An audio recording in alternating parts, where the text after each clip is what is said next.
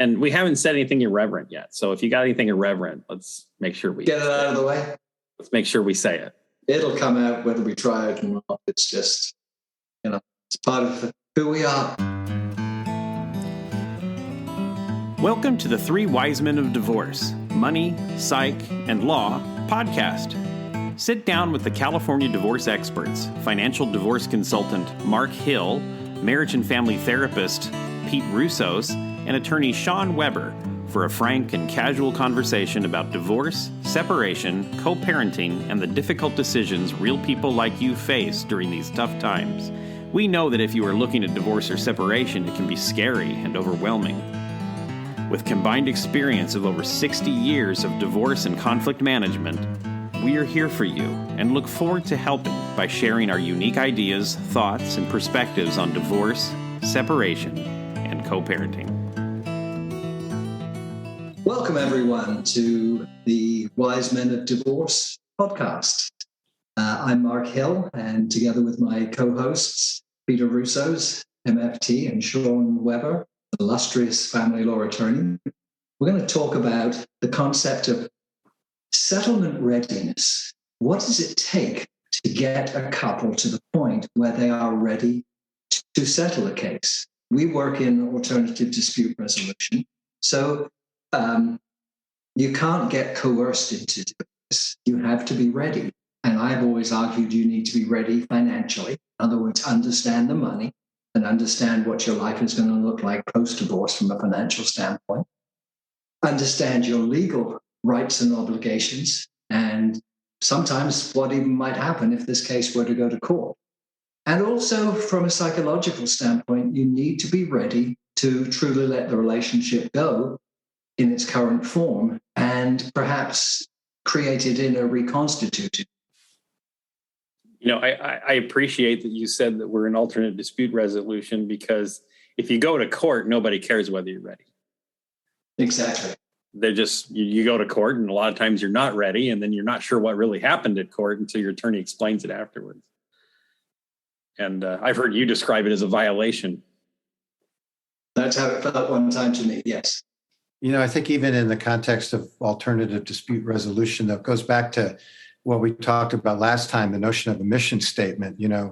Do people want to be ready for a grit your teeth settlement, or do they want to be ready for something that feels collaborative and sets the stage for a future relationship as co-parents, for example, that they can feel good about, that's healthy about?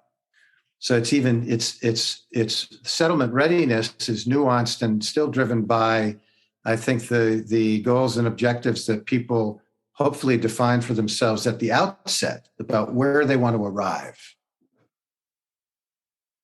Yeah. And that doesn't happen in the court process. No, I mean, it's never thinking in terms of outcome, but more in terms of how can I maximize my benefit right now? And that's why it ends up often being very poor in the long term, because the focus can be so short term. I need support right now, and I want as much as I can get. Well, it becomes warfare, and the relationship be damned. Exactly. A lot of times, I always say this, Mark, I get it that when people come to my office, it's not because things are butterflies and rainbows and fairy dust, but they've not been getting along. There's a reason why we're here and getting a divorce, but maybe we can honor what was good about the relationship. So you can kind of have that quote unquote good karma kind of divorce where you can leave with not as horrible of a taste in your mouth. But we also get those cases where people are they hate each other and they still want to be able to be ready to settle. Mm-hmm.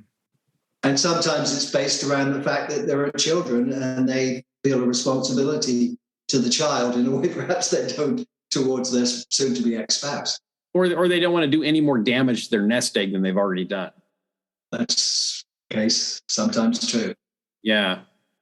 I think, what we're talking about now is maybe, I think one of the challenges that the professionals in these cases face in terms of how we manage our own expectations, and what the difference for us between working with those couples where both people are really committed to a grit your teeth kind of settlement and the emotionality that goes with that we then have to manage and try to shepherd them through, versus those other cases where people really are interested and committed and invested in coming from what's best in them to arrive at something that is going to be more healthy and collaborative. And willing to take a journey themselves in this process. I had a call today with a lady that I've been working on her case for a little over a year. And she was very much the stay-at-home spouse, didn't really, understand what was going on with husband's business and the money, focused on raising 3 children. And she said to me today, she said, you said this to me a year ago, Mark, that I would grow in this and become more confident. And I don't recall saying that, but I do say that to people. And she said, it's happened. I'm managing my own budget. I'm confident. I know I go into the meetings now ready to ask my questions as opposed to being embarrassed that my question might be stupid. And I think that that's a journey from somebody who's willing to look at themselves, understand their shortcomings, and try to work on them throughout the process. And that's the reward for me, frankly, when that happens in a case. It's like, yes, sometimes it's just getting the case done and it's triage at the end, and we just have to get the deal cut. And it's unsatisfactory, but the work is completed. Right. This is work that will be completed with the reward for the professional of actually seeing somebody grow. So maybe that's a part of, so that's one of the elements of settlement readiness. I was going to ask you, well, what does it mean to be settlement ready? But one of the elements is the ability to be able to negotiate on your own behalf, to be able to come into a meeting with both of your feet on the ground and your head in the game and ready to start talking about what the settlement will be. Yes. And Pete, we've seen this. Some people just aren't there yet. They can't even, they're so horrified by the fact that they're getting divorced that they can't even think about what makes sense. Well, and actually, as we're talking about it, and you guys tell me if this is going a bit far afield, but I think what we as professionals often have to assess is, if people are coming into mediation or ADR because they think it will be less expensive, but they're not prepared to be collaborative. Those are the really challenging cases. Those are the ones that I think often we might limp through to a settlement, but they can be brutal cases, brutal for the people and brutal for the professionals. Well, and reaching the let me rephrase that. Reaching the understanding that the person you're divorcing is still the person you're divorcing. They're not going to suddenly have a brain transplant, a personality transplant, just because you filed a petition.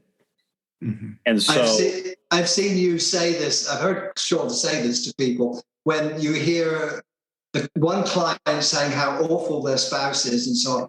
He will pause and look at them and say, you might want to consider a divorce. and it breaks it to the point because that's right. That's why I am getting rid of him/her. Oh, yeah, that's right. The reason why I'm divorcing this turkey. But like I said, we get it. There's a reason why you're here. But don't expect that all of a sudden this person is going to change and be a wonderful, kind, understanding negotiator. They're going to be who they are. And then you've got to make sure that you bring to the table who you are and have the capability to be able to advocate for yourself, even if you've hired attorneys, but to be able to wrap your head around what is happening so that you can make decisions in a rational way. It takes some work for some people to get to that point, because I've seen people, they just go right into that fight or flight mode. That adrenaline thing where they just kind of, their prefrontal cortex shuts down and they're left with their lizard brain and they're just thinking about survival. Am I going to kill this person or am I going to run for my life? So that you're talking about a more reactive dynamic. I'm wondering in some ways about the inverse. Those couples who come in who have been so disengaged in part because they're conflict avoidant, and how they each find the courage to do what you're talking about, Shawn, but which is to engage and to define what they want. And to well, yeah, and isn't that the flight? Like we have the flight on the one hand, and we have the fight on the other hand. Mm-hmm. And there's some people that I just want to avoid this conflict. And those cases can be really challenging because the real issues don't come out until you may believe you have a settlement in place. And somebody will go, well, we never talked about A, B, C, and D. And you go, well, you never raised A, B, C, and D. Yeah. Well, I didn't want to upset her. Mm-hmm. Yeah, well, we better talk about it. Mm-hmm. Mm-hmm. Yeah, I had a conversation with someone that I was close to where I kind of told my truth and said it in a very clear way. I wasn't mean, but I just laid it out there. This is what I think is happening, and this is the boundary that I think you're crossing, and I'm not okay with this. And then this person said to me, well, I thought you were a conflict resolver. That was really conflictual, and that was very strong. And I remember saying, well, conflict, peace is not achieved by avoiding conflict. Peace is achieved by managing conflict. And you can't manage conflict unless you know what the conflict is. And so sometimes people have to have the courage to just lay it out on the table. What is this that we are fighting about or upset about so that we can then resolve it? And one thing I've seen someone like Pete do is help people do that in a way that doesn't rehash the fights of the last 25 years in the marriage. I statements as opposed to you always, I never get the shot, you always, and as opposed to my experience of what happens when this occurs is as follows. You can't argue with that one. But if I say, you always do that to me, well, what kind of reaction am I going to get? So again, helping with some communication coaching for hopefully in their new reformed relationship, if they have children, but just as almost like a device to help them through meetings so they get to say their piece, but at the same time, don't trigger a reaction. That is so powerful to have that resource at the table for us.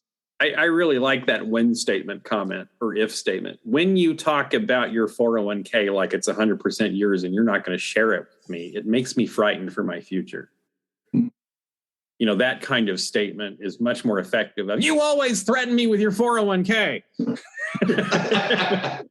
Well, it's the difference between being honest in an appropriate way, which is really the most important, I think, intention that people can have, and being honest in an inappropriate way. And I think another aspect of this is how we teach people that they really have a responsibility to pick their battles. What are the things that they have to litigate as part of a healthy settlement process and a moving forward, and the longstanding battles that serve no purpose in terms of perpetuating not only through a settlement process, but to a post-divorce co-parenting relationship. How many times? Go ahead, Mark. Well, so what you're saying is that, being honest by saying, yes, those genes do make your butt look bad is perhaps not the best policy, right? There's ways, that I'm just being honest. Right. What do you want? Honestly, you look terrible in those jeans. How many times do we hear in cases a person say something inflammatory and then defend it by saying, well, that's just how I feel. Right. Yeah. I can't help. I had one lady. I can't help it. I'm Portuguese. I have to say this. I'm like, no, you don't. You're not a computer. Just because I push a button doesn't mean that something has to happen. Mm-hmm. Yeah. Well, how many times have you heard this one? I thought I was married to someone else, and then I found out he had affairs with women, and now I don't know who I married, and I can't trust him at all. And I don't trust a word he says now. I mean, we hear that a lot, and it's rational. I thought I could trust him in the most important promise he made to me in the world, which was our marriage vows. And now, before God and the priest and everybody, but now that turned out to be a lie. That's how I'm perceiving it. And now I think he's going to lie to me about what's in his bank accounts. Mm-hmm. I mean, what do you do about that, Mark? I step in and I go, you know what? It's very hard to hide anything because every account's tied to a social security number. I try and go through how challenging it is to hide money. And sometimes it really is these days. I mean, 20 or 30 years ago, all I had to see was, Royal Bank of Canada or something in the Cayman Islands, and I knew I was in trouble. Now you can have accounts all over the world, but they have to be disclosed. And if someone's willing to lie on their tax return and commit a federal crime, hopefully we would identify that kind of character in the collaborative or the mediated process. One of the things that scares the unmoneyed spouse is the idea that their spouse is the smartest guy in the room, so to speak, will come in and charm everybody and snow everybody under. Yeah, you don't understand how slick he is. Exactly. I've yet to find a client that knows more than me, and that includes some lawyers, about the divorce process and money, frankly. That's why I've done this for so long, is to be able to say that. Yeah, I've had so many clients that think they know how to hide money, and it never goes well. Yeah. It always comes out, especially if you have professionals helping you get to the bottom of things. And, it's trust, but verify.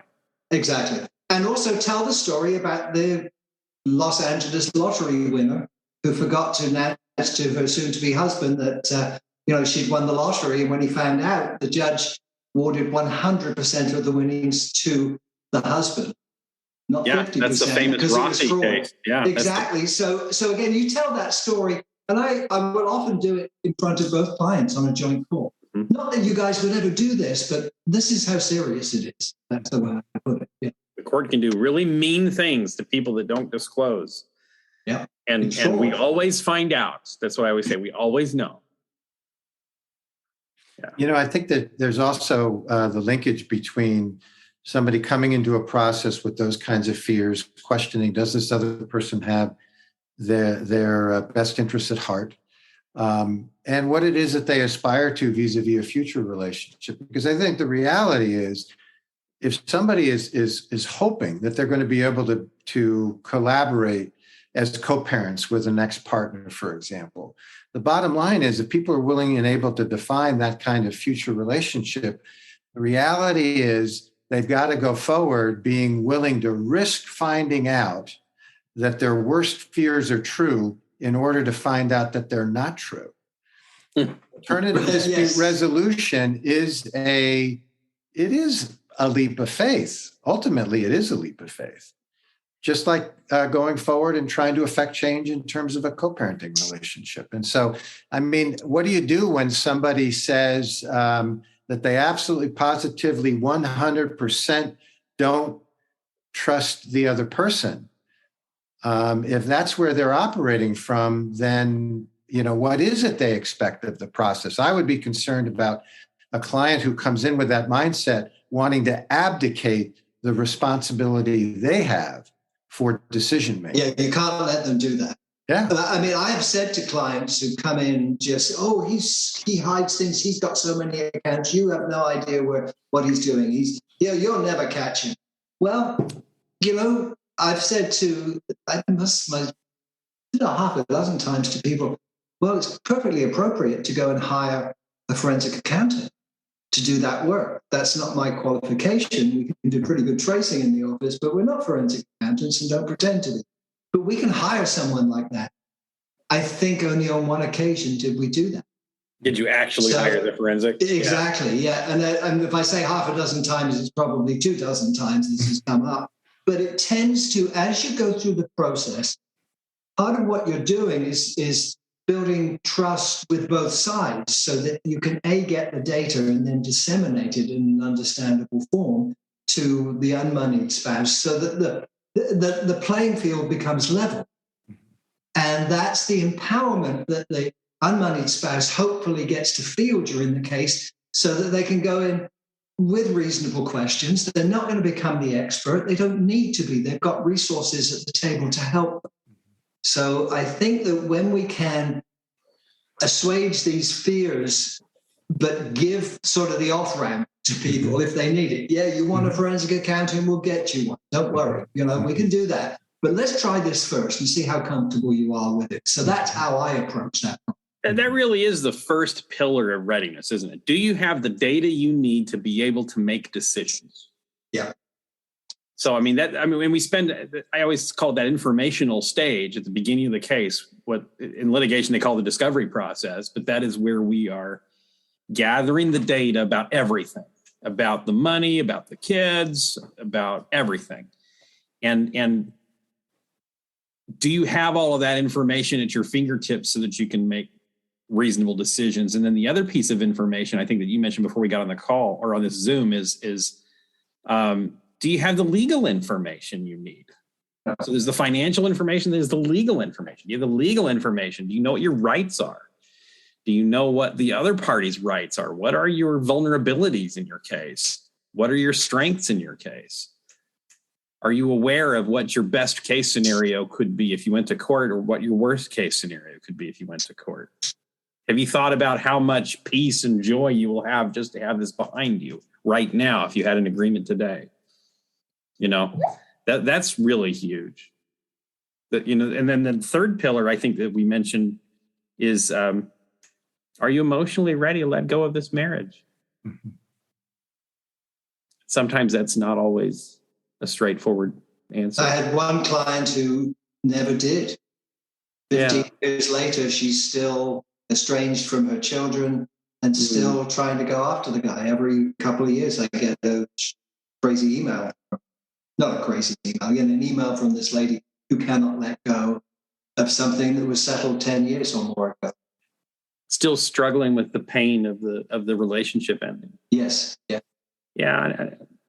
It's tragic, but we weren't able to help, and she wasn't able to be helped. Is the way I would put it. I think the in some ways the flip side of that, if you will, are those cases where we see the partners who are willing to actually grieve the loss of the marriage together. That's part of the process. Yeah. Actually grieving and acknowledging what was the big picture of the relationship, the good, the struggles, but that they do that grieving work as part of their dissolution process.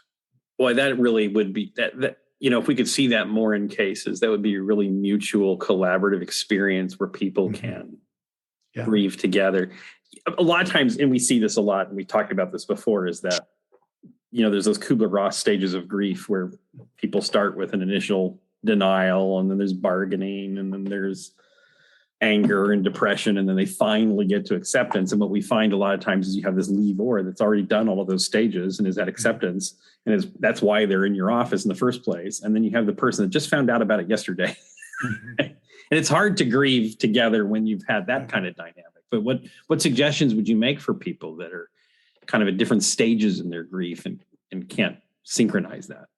Well, I think for the person who's out in front, to recognize that they have had this chance, this processing that the other person has not had the opportunity to do. And one of the things, I think the thing that can be most painful for the person who is the last to know, if you will, is that sense of, oh my God, how easy it seems to be for the leavor. And the conclusions that they draw about what the marriage must not have meant to him or her. If they're so eager to leave, what did the marriage mean? And for the person who is out in front to realize that if they want to not only complete their own grieving process, but to help the other person to grieve, it's important to acknowledge what the marriage did mean. What were the strengths? What were the challenges? To be patient. Are they willing to be kind? Are they willing to be compassionate? Are they willing to process? And sadly, I think it's the relatively rare case where that happens. Yeah. But I think it's important that we establish that, at least as an invitation, the value and the importance of people going there. I have so many of my clients in mediations that say, "Oh, we don't want to talk about this. This is not a therapy session." They don't want to do couples therapy anymore. Right. Right. And I'm like, but I always say to them, it's really going to help you to get to settlement readiness, if we can have a lot of clarity and sometimes talking about these painful things and being really open and honest about our grief and our hurt can help us get to where we need to go, And potentially save you money. Yes. Well, they think they're wasting money by talking about it with me. But I'm like, no. When you talk about it here, that lubricates the ball bearings so that we can get to an agreement. And also it avoids you talking about it out there and having a fight about it and delaying the next meeting when you come in. Right. Yeah. It's like when if you have a splinter in your finger and you don't do anything about it, it's going to fester and get pussy and kind of gross.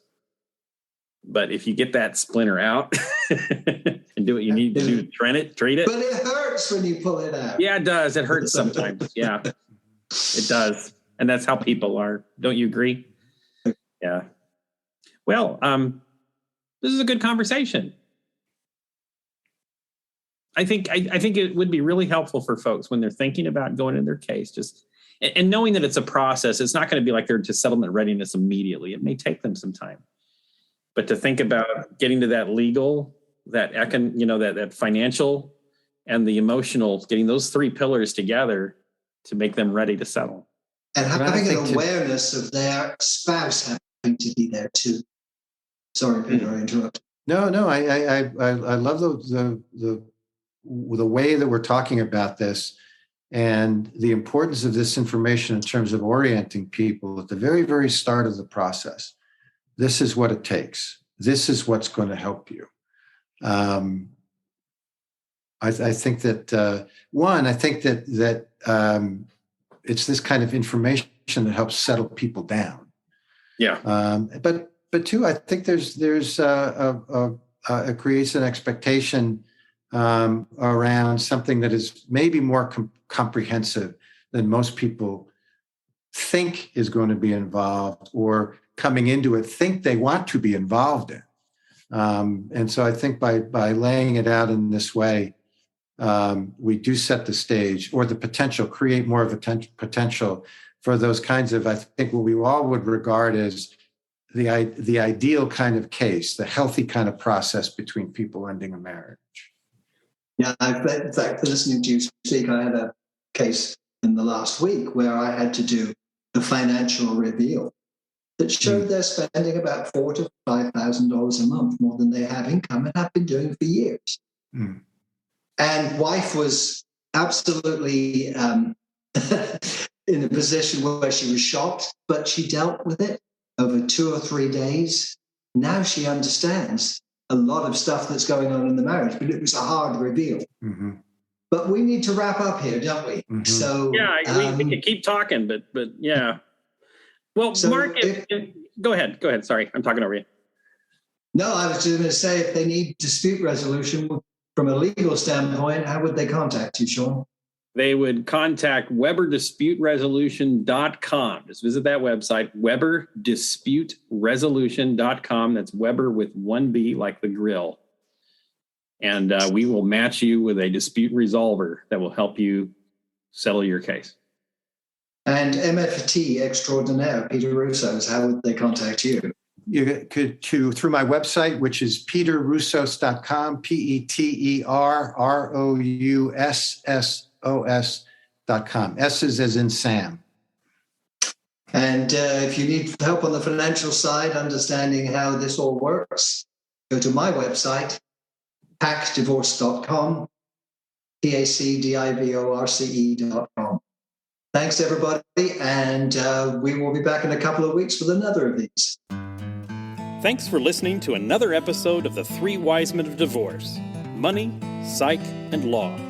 If you like what you heard, be sure to subscribe, leave us a review, and share with others who may be in a similar place. Until next time, stay safe, healthy, and focused on a positive, bright future. This podcast is for informational purposes only. Every family law case is unique, so no legal, financial, or mental health advice is intended during this podcast. If you need help with your specific situation, feel free to schedule a time to speak with one of us for a personal consultation.